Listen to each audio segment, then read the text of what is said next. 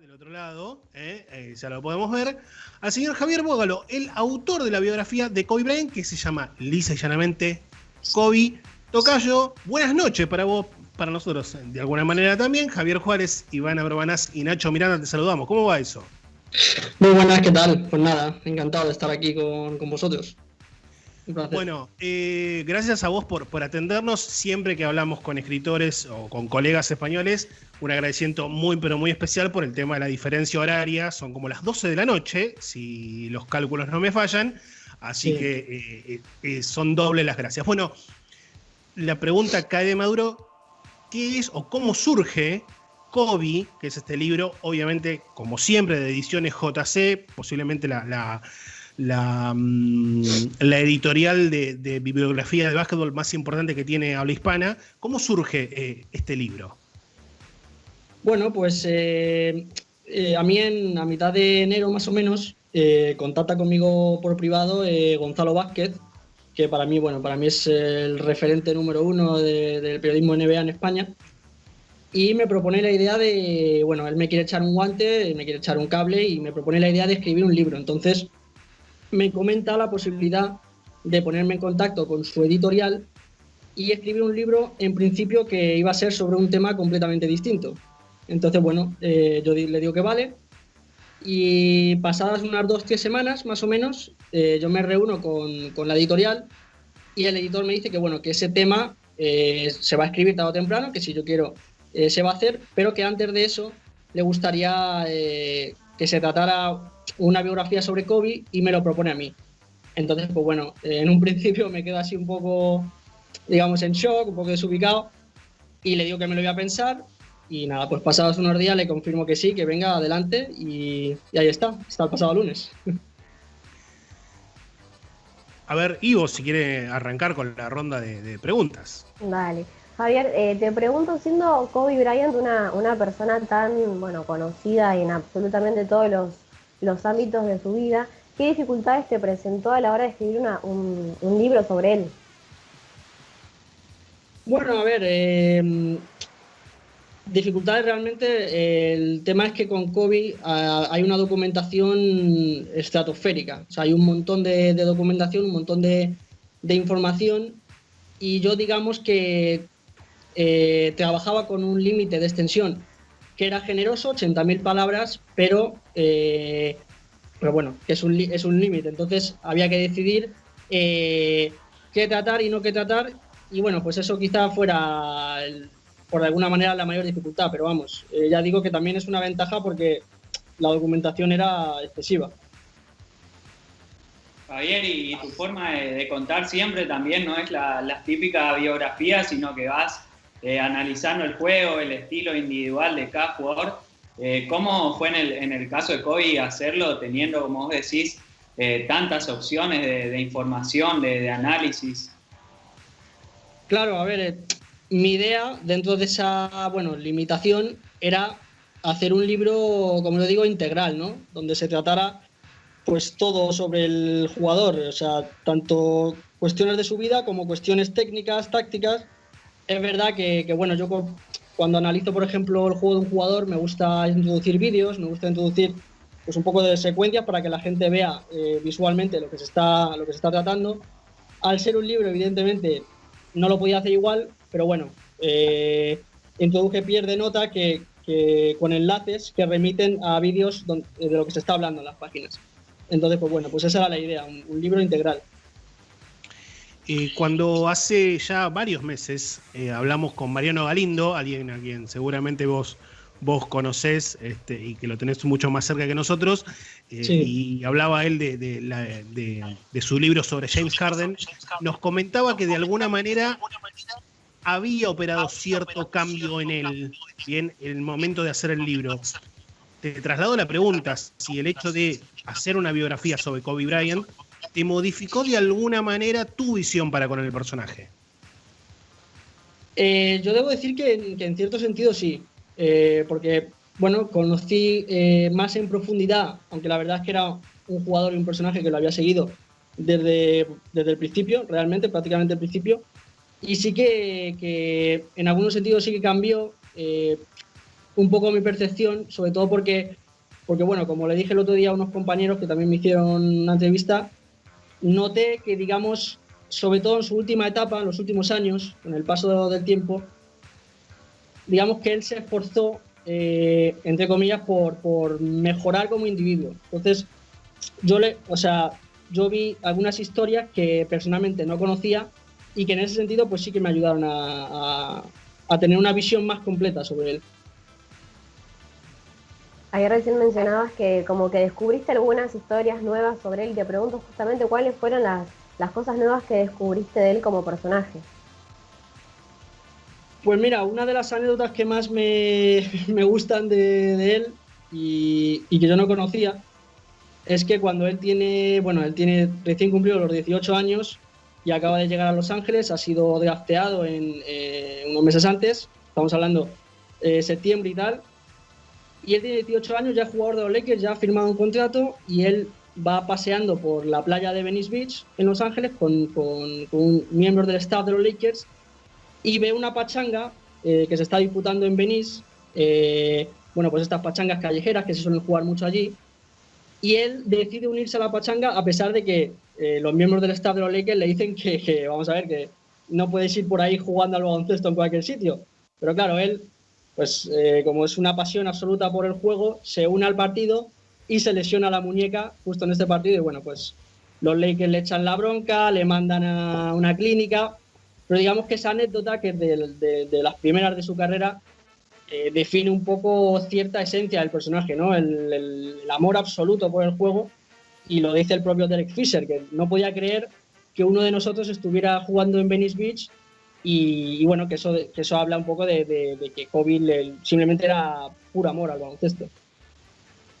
Y dentro de todo ese recorrido que hiciste, ¿hubo alguna cosa del personaje que no te gustó, no te terminó de cerrar o no terminaste de comprender? Bueno, ahí hay algunos puntos muy oscuros en su vida, en su carrera, que bueno, todos conocemos y que evidentemente había que tratar en el libro, intentando hacerlo de la manera más rigurosa posible, pero bueno, es en un personaje tan imperfecto y bueno, hay ciertos elementos, no solo, pues bueno, el caso de Colorado, pero incluso su relación a nivel de vestuario con ciertos compañeros, sobre todo al inicio de su carrera, pues hay cosas que, bueno, que son un poco más oscuras, más difíciles del personaje, pero que al final forman parte de él. Justamente vos hablabas del tema o del episodio aquel de Colorado con aquella denuncia de aquella chica y en el momento de que Kobe Bryant fallece, por lo menos aquí en la Argentina, ocurrió algo, entiendo que no es particular, sino que es hasta lógico, que es... muchas mujeres, obviamente, descreían un poco del personaje justamente por esa historia, por aquel pasado. Te consulto si a vos también se te generó cierto conflicto interno que entiendo todos los amantes del básquetbol tuvimos en el momento de alguna manera glorificar al personaje, porque se traspolan dos cuestiones distintas. Por un lado el ídolo deportivo y por el otro una conducta un tanto condenable. ¿Cómo entendés vos, ya una vez hecho el libro, que llegaste a manejar esa situación al momento de volcarlo en el texto? Claro, pues a ver, efectivamente es un tema complejo de abordar y bueno, yo evidentemente había que hacerlo de la manera más profesional posible, de la manera más rigurosa posible y aunque pueda ser difícil, pero aprendiendo a separar lo que es el jugador, por mucha admiración o digamos que le pueda generar a cualquier aficionado al baloncesto, pero había que separar al jugador de lo que es tratar la persona con todos los episodios que ocurrieron en su vida. Y ya digo, pues intentar hacerlo de la manera más profesional posible y eso es lo que intenté hacer.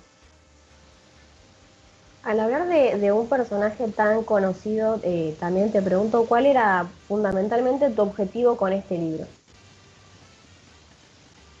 Mi objetivo principal, bueno, lo que he dicho antes, un libro integral que reflejará a Kobe en todas sus vertientes. Es decir, de hecho, por eso en la contraportada utilizo un poco la metáfora del cuadro del Bosco, ¿no? Un cuadro del Bosco tiene 1000 detalles distintos Y creo que un personaje como Kobe tenía también mil detalles distintos, 1000 caras distintas, y el objetivo, esperamos que lo haya conseguido, era captar todas ellas. Y con The Last Dance, por ejemplo, se empezó de nuevo con las comparaciones odiosas de los distintos mejores jugadores. Y bueno, quería preguntarte qué crees que es lo que hace a Kobe Bryant distinto a todos, a Michael Jordan, a LeBron y a todo esto. Bueno, una cosa yo creo que una cosa que caracteriza a Kobe es que yo creo que hemos seguido su carrera o su crecimiento absoluto en riguroso directo. Es decir, por ejemplo, en el caso de Jordan, llegó a la NBA tras pasar por la universidad. Es verdad que sus partidos universitarios también se retransmitían y tal, pero que no es exactamente el mismo caso de ver cómo crece y evoluciona una persona, cómo se va cayendo, se va reponiendo. Y en ese sentido yo creo que es algo que al igual que puede ocurrir, por ejemplo, con LeBron, le hace distinto, porque además estrellas o superestrellas que hayan pasado del instituto a la NBA, tampoco hay muchos. Ha habido jugadores que han pasado, pero muchos de ellos se han quedado por el camino o no han cumplido con las expectativas. Y Kobe yo diría que es uno de los escasos ejemplos de jugador que sí las cumplió. Y luego también yo creo que una de las cosas que hace distinto a Kobe es su preocupación por estudiar a las leyendas del pasado, tanto en términos personales como técnicos. O sea, siempre se habla de que Kobe se inspiró en Jordan, y evidentemente es verdad, pero no es el único jugador en el que se inspiró. O sea, él estudiaba a fondo partidos de Magic Johnson, de Jerry West, de Elgin Baylor, de Oscar Robertson. Digamos que su componente técnico se ha forjado estudiando a jugadores a los que muchos de ellos ni siquiera pudo ver en directo. Y bueno, pues eso te habla un poco de la preocupación del jugador por estudiar a los grandes y por mejorar. Javier, te pregunto, estamos hablando con Javier Bogalo, el autor de Kobe, la biografía acerca obviamente de Kobe Bryant. ¿Cuánto de europeo tenía Kobe Bryant de acuerdo a lo que vos pudiste analizar? Digo esto porque el padre de Kobe, Joe Bryant, jugó mucho tiempo en Europa, específicamente en Italia. De hecho, por ejemplo, hay una anécdota muy conocida de Hernán Montenegro, un recordado jugador argentino, en el cual él decía que le quería romper la cabeza basquetbolísticamente hablando a Joe Bryant, y el padre de Kobe lo sacó a pasear en la A2 italiana. ¿Cuánto de formación europea, no solamente basquetbolística, sino humana, tenía Kobe de Europa, y particularmente de Italia, de lo que vos pudiste recabar en este libro? Bueno, habría que quizás separar los dos ámbitos. En el sentido de personal, él llega a Italia con 6-7 años y no deja Italia hasta los 12 más o menos, 12-13. Entonces, digamos que su periodo formativo como individuo, su infancia, la pasa en Italia. Y él, digamos, él siempre lo ha dicho y lo ha recordado, que lo que más le gustó tanto a él como a su familia de Italia era que el ritmo de vida era distinto al que se llevaba en Estados Unidos. Un ritmo de vida más tranquilo, más, bueno, pues un poco más distendido, como es la vida en Italia en los años 80. Y sobre todo también que él dice que los italianos tienen un apego a la familia brutal. A los españoles les pasa lo mismo, yo creo que a los argentinos también. No sé si estaréis de acuerdo. Totalmente. Pero entonces, es eso, Kobe dice que esos valores de apego a la familia, aunque conforme pasaban los años es verdad que se fue alejando de su familia, pero por lo menos en su grado formativo eso le influyó bastante. Y luego como jugador, pues hombre, es un poco contradicción, porque es verdad que Kobe, sobre todo el primer Kobe, es un tipo bastante anárquico en cancha. O sea, no tiene disciplina táctica ninguna, y de hecho sus entrenadores se vuelven locos con él para intentar domarlo. Y ahí pues podría ser un poco contraintuitivo, porque digamos que el baloncesto europeo es de tradición más ordenado, más táctico, y Kobe era bastante anárquico. Pero por otro lado, hay ciertos aspectos de los fundamentos del jugador, por ejemplo, el juego de pies, que está muy influenciado por la inspiración que le llega del fútbol, porque él juega mucho al fútbol en Italia. Digamos que hay algunos aspectos concretos que la formación europea sí que le afectó, sí que le influyó. Y respecto del material utilizado para el armado del libro, ¿cuenta con algún tipo de testimonio, alguien que además pueda formar también lo que es parte de la biografía de Kobe? Sí, bueno, a lo largo del libro voy intercalando frases y testimonios yo creo que prácticamente todas las figuras más o menos reseñables con las que se cruzó. Empezando en Italia, compañeros del equipo, Alevín en el que estaba, no sé, su entrenador del instituto, compañeros del instituto, y bueno, ya en NBA pues hay un montón de testimonios. Jerry West, que es uno de sus primeros mentores, Phil Jackson, Tex Winter, que es bueno, como su segundo padre, y además siempre lo ha dicho, como su Yoda. Y bueno, pues esa era la idea, ir recalando diversos testimonios y hay muchos, sí. Y hay una etapa... Dale, seguí vos, Nacho, porque yo estoy fuera de cámara, pero no me fui, así que seguí vos, dale. Mientras yo arreglo mi cámara, seguí vos.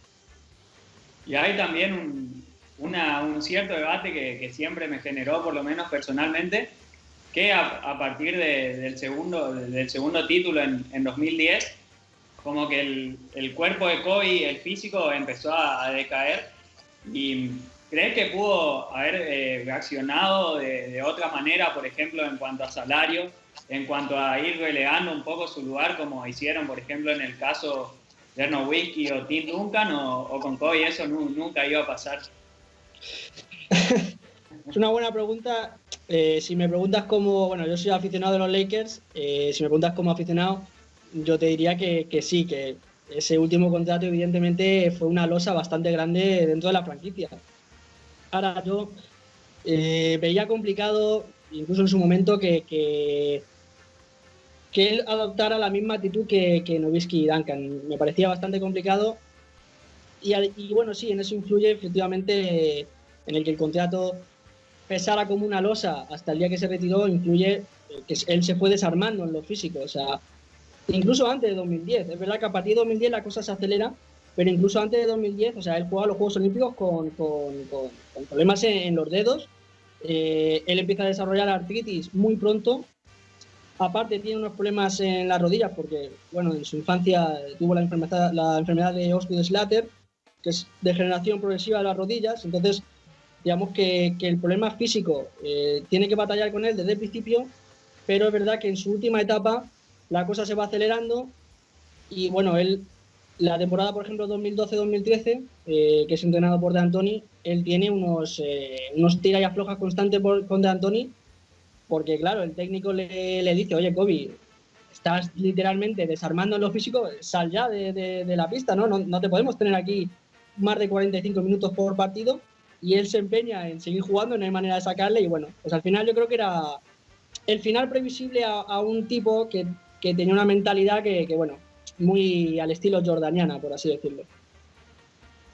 Ahora sí creo que estoy yo en cámara, así que primero acá tenemos un saludo. Es raro que el señor Andrés Villar, nosotros, y es raro que un celta como el señor Villar salude a alguien muy fanático de los Lakers, así que evidentemente eso habla muy bien de vos, tocayo, porque para que Villar se comunique con nosotros para mandar saludos, dice, de lo mejor que me he encontrado en esta red social.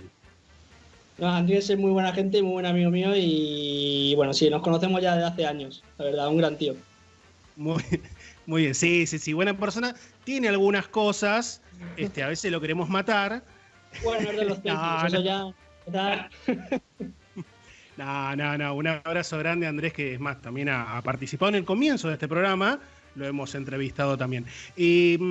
Algunas últimas consultas como para ir cerrando y desde ya agradecerte el tiempo, reitero, ya estás en la madrugada de jueves en España, así que doblemente el agradecimiento.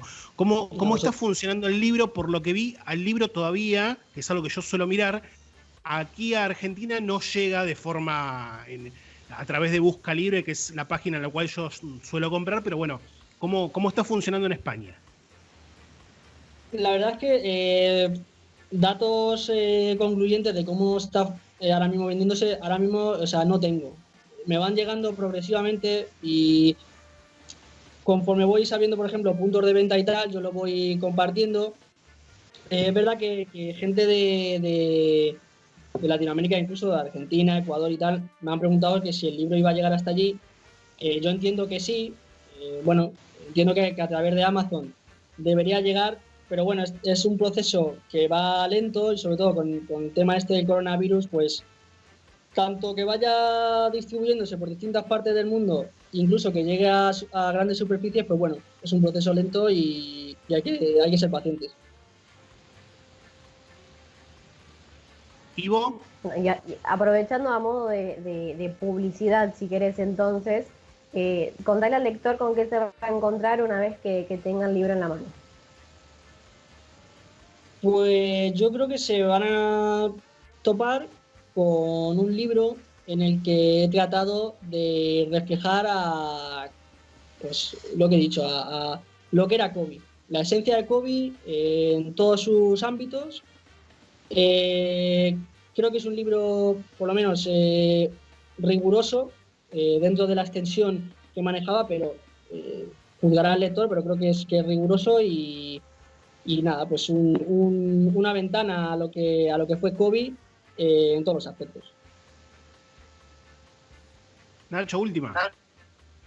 Bueno, y para cerrar con polémica por lo menos, ¿en qué puesto histórico entre todos los jugadores situarías a Kobe? Pues mira, Nacho, el tema de los tops es que lo llevo ya un poco mal.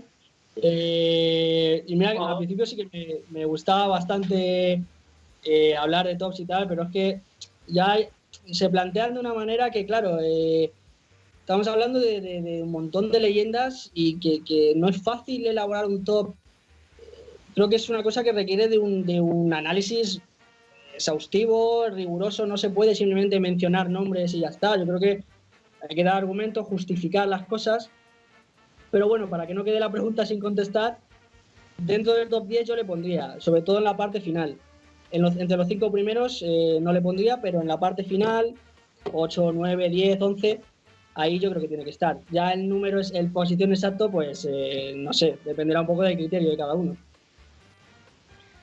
Buenísimo. Millones de gracias, Javier, por la charla, extensa charla, y por, reitero, por haberte quedado hasta tan tarde haciéndonos el aguante. Así que bueno, lo mejor con el libro y lo estaremos esperando cuando yo cada tanto entro y me fijo a ver qué es lo que se puede comprar, qué es lo que se puede adquirir. Así que está ahí en la parrilla de nuevas adquisiciones para incrementar la biblioteca.